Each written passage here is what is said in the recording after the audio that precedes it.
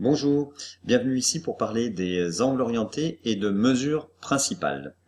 Tout d'abord, on prend un plan muni d'un repère orthonormé, OIJ, et on va l'orienter dans le sens direct, puisque maintenant on sait ce que c'est que le sens trigonométrique direct.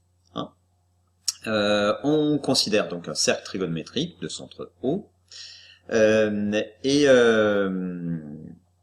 on prend sur la droite des réels, alors la droite des réels ici, tangente celle-ci, tangente au cercle trigonométrique, qu'on dit la droite, on dit aussi la droite d'enroulement, eh bien, on fait correspondre à cette abscisse x, un point M, d'accord, et puis à une autre abscisse y, eh bien, on fait correspondre le point n. Voilà.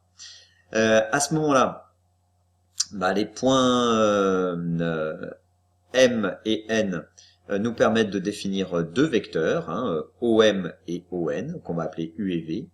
Ces deux vecteurs ont pour norme 1, puisque les points M et N sont sur le cercle trigonométrique. À ce moment-là, eh bien, une mesure de l'angle orienté, alors l'angle orienté qu'on va noter UV, donc c'est un angle entre deux vecteurs, avec le sens d'orientation directe du plan. Eh bien, une mesure de l'angle orienté UV, ça va être quoi? Eh bien, ça va être cette longueur-là qui correspond à l'arc intercepté par cet angle. D'accord? Cet angle au centre, qui est qu'on appelle un angle maintenant orienté, eh bien, il a pour mesure la longueur en radians, correspondant à la différence des abscisses entre le point d'abscisse x et le point d'abscisse y. Alors cette différence, vu la façon dont les points sont placés, c'est y moins x. Pardon. Une mesure, je vais pas mettre égal, on va mettre est. Voilà.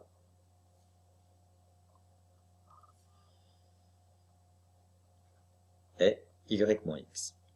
Voilà. Alors, si on note justement cet angle alpha, cet angle UV, cet angle orienté UV, maintenant on va le noter alpha. Eh bien, toute mesure de cet angle orienté alpha va être de la forme alpha plus 2kπ avec k appartenant à z, entier relatif, z, c'est-à-dire moins 2, enfin moins de moins l'infini, moins 2, moins 1, 0, 1, 2, etc. Tous les entiers positifs et négatifs.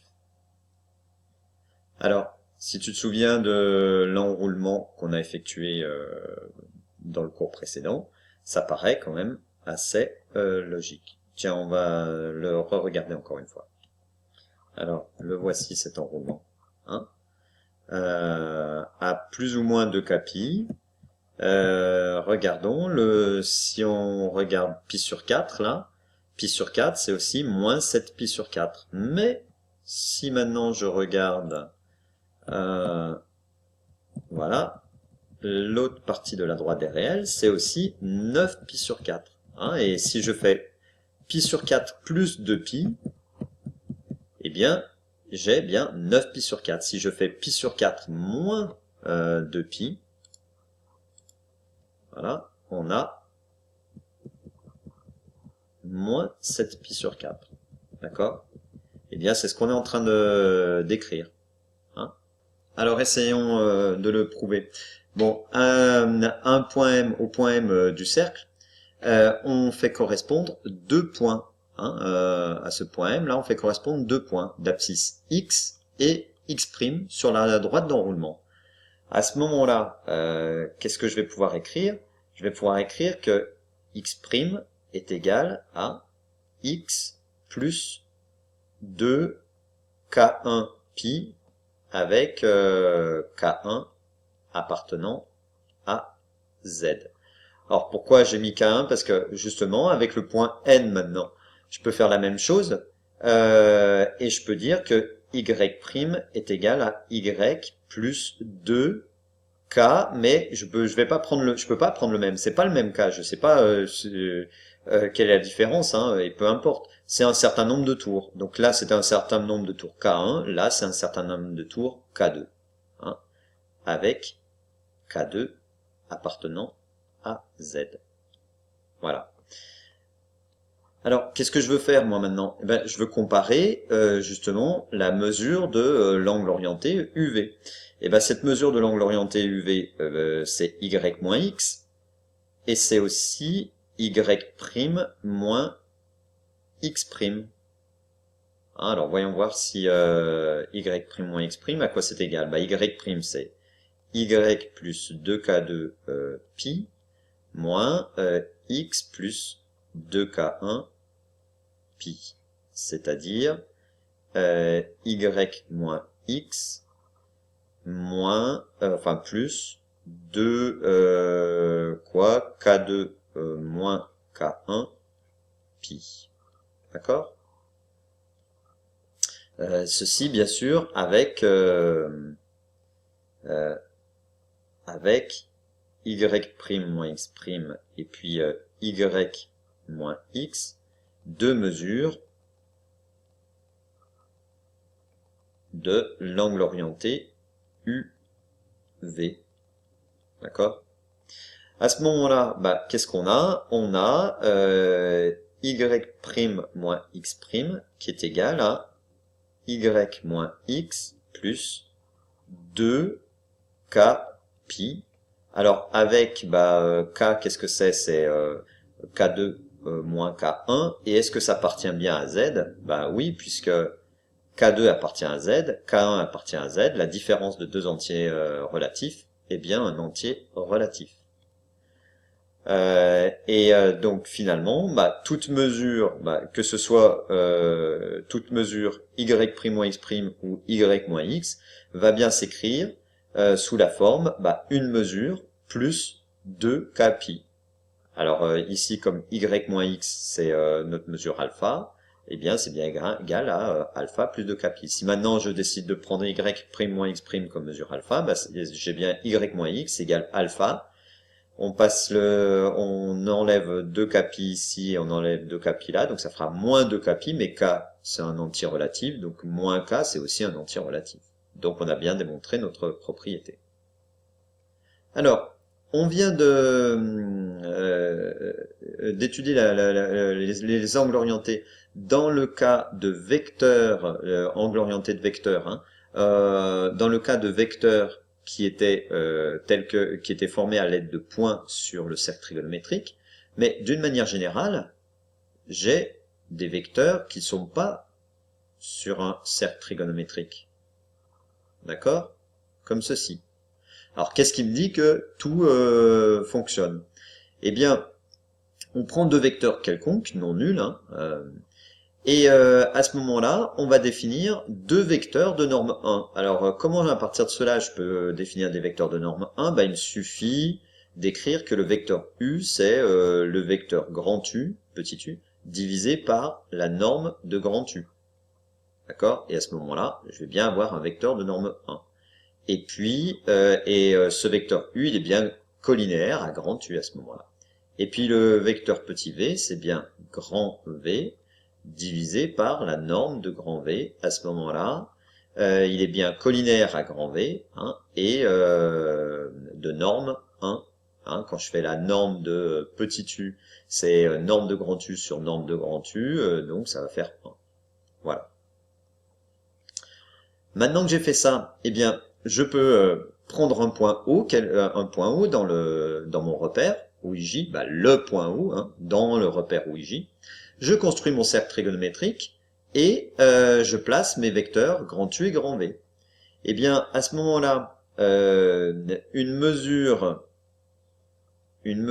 de l'angle orienté grand U, grand V avec grand U et grand V, deux vecteurs quelconques non nuls, hein, est égal à une mesure de l'angle orienté petit u, petit v. Bah, pourquoi on écrit une mesure? Eh bien, parce qu'on a vu que c'était à 2 capi près. Donc, je peux en avoir une infinité de mesures. Et voilà, on s'est ramené à notre cercle trigonométrique et ce qu'on a vu précédemment. En mathématiques, on essaye souvent de faire ceci, de modifier ce qu'on a pour se ramener à une situation connue. Et bien là, comment on a modifié notre nouvelle situation? Ben, en divisant par la norme de U pour se ramener à des vecteurs de norme 1.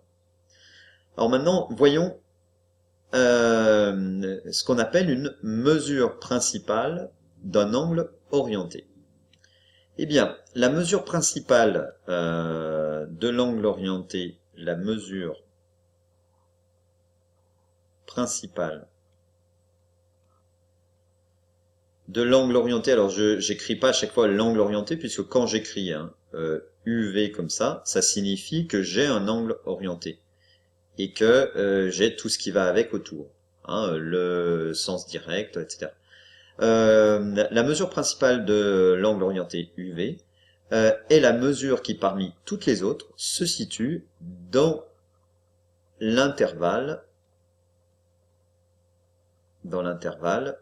moins pi exclu jusqu'à pi. Alors pourquoi cet intervalle? Eh bien en fait pour avoir un tour complet du cercle trigonométrique, si je fais, hop là il est mal fait, si je fais mon cercle trigonométrique là, voilà, là on a moins pi, je fais un tour complet et quand je viens là, j'ai pi.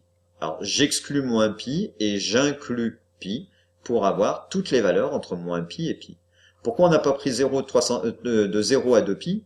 Bah parce que ça nous permet là d'avoir des valeurs aussi négatives, d'avoir un intervalle qui est centré en 0.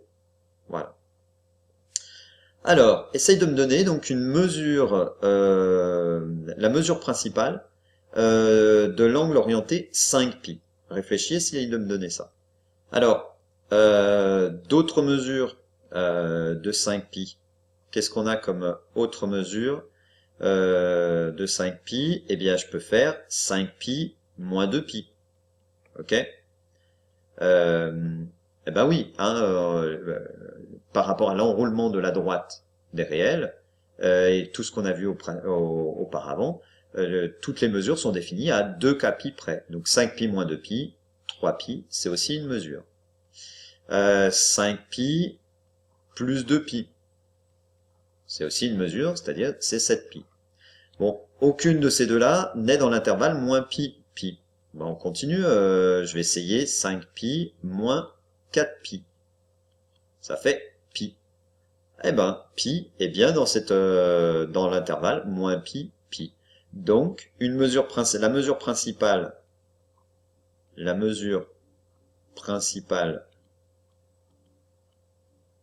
de 5π est pi.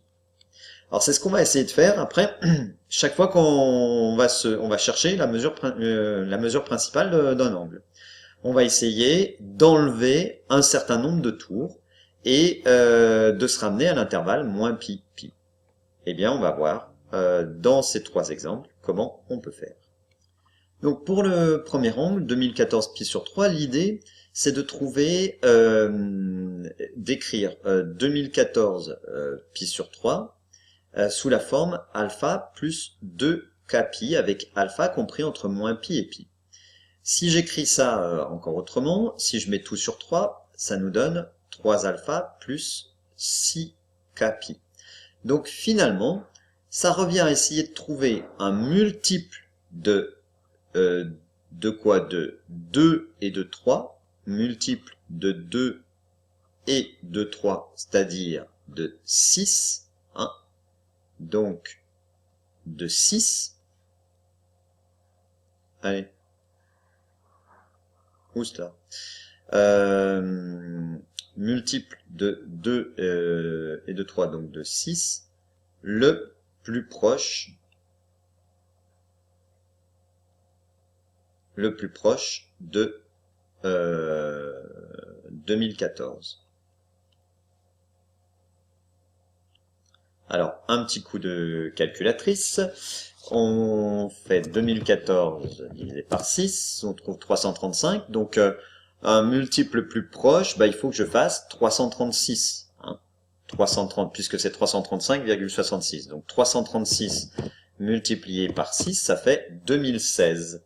Donc, ça signifie que je peux écrire 2014 pi sur 3 sous la forme, 2016 pi, alors 2016 pi, moins 2 pi, d'accord, le tout sur 3. Sauf que 2016, on a vu que c'est 336 fois 6. Pi moins 2 pi sur 3. Donc tu comprends bien comment on a trouvé ce 2016. On a cherché un multiple de 3 et de 2 pi. Pourquoi de 2 pi? Parce que je veux un nombre de tours entier. Et de 3 parce que là j'ai 3 comme diviseur. Donc il faut que j'arrive à diviser, pour avoir un nombre de tours entiers, il faut que je divise par 2 et par 3. Donc il faut que je cherche un multiple de 6. Ce qui me donne maintenant, si je sépare les fractions, ça me donne moins 2pi sur 3. Et là, 336 fois 6pi sur 3, ça fait plus 336 fois 2pi. Et voilà. Donc en fait, qu'est-ce que j'ai? J'ai 2014 pi sur 3, c'est égal à moins 2pi sur 3 plus 336 tours du cercle trigonométrique. Donc ça signifie que x1, la mesure principale de x1, a pour mesure principale moins 2pi sur 3. Moins 2pi sur 3, c'est bien dans l'intervalle moins pi, puisque moins 2, c'est plus petit que, c'est inférieur à 3. Voilà. La mesure principale est unique. Pour mesure principale, évidemment en radians. Allez, à toi de faire, d'appliquer cette méthode pour x2 et x3, et je fais afficher la réponse. Mets sur pause et fais-le. Voilà, on trouve pour x2 moins pi sur 6 et pour x3 pi sur 4 les mesures principales, et elles sont bien dans l'intervalle moins pi. Quand on a ça, on peut vérifier, moins pi sur 6, alors ici il fallait trouver le multiple le plus proche de moins 37, le multiple de 12, 6 fois 2, le multiple de 12, le plus proche de moins 37, c'est moins 36, moins 3 fois 12. Et ici, il fallait trouver le multiple le plus proche de 4 fois 2, 8, de 8, le plus proche de moins 1623, on trouve moins 1624, quand on divise, et c'est 203. Et après, on peut vérifier, moins 203 fois, moins 203 fois 2 fois 4, ça fait moins 1624, plus pi, ça fait moins 1623. Et là, moins 6 fois 6, ça fait moins 36, pi, moins 1, moins 37, pi sur 7. Voilà. Il faut que tu arrives à faire ça en moins de 2 minutes. Chacune là, quand tu cherches x2, voilà, moins de 2 minutes, 1 minute 30, 2 minutes, ça devrait suffire. Alors, des remarques importantes, si on a une mesure de l'angle orienté UV qui s'appelle x, toutes les mesures sont de la forme x plus 2k pi. Bon, c'est tout ce qu'on vient de dire, mais il faut bien l'avoir en tête. C'est-à-dire qu'en fait, que deux angles orientés UV et U'V' sont égaux si et seulement si il existe un réel cas tel que l'un est égal à l'autre plus 2k pi. Et bien à ce moment-là, on dit que l'angle orienté UV a pour mesure x modulo 2pi. Modulo. Ça c'est bien à retenir. Et ça s'écrit, tu le verras dans les livres ou en classe, etc. On écrit UV égale x, soit des crochets et 2pi à l'intérieur, ou bien 2pi entre parenthèses. et parfois x tout simplement. Mais il ne faut pas oublier, hein, quand tu as un problème si tu as un problème avec cette notation, que cette notation-là, ça veut dire x plus 2 capi. C'est la même chose. Hein. Quand j'ai u l'angle orienté UV, qui est égal à x modulo, alors personnellement je préfère avec les parenthèses, eh bien c'est la même chose que écrire égal x plus 2 capi avec k appartenant à z. Alors cette écriture, tu verras pourquoi elle est très utile par la suite. Donc apprends à la manier, mais apprends aussi à ne pas oublier que c'est x plus 2 capi, que c'est la même chose.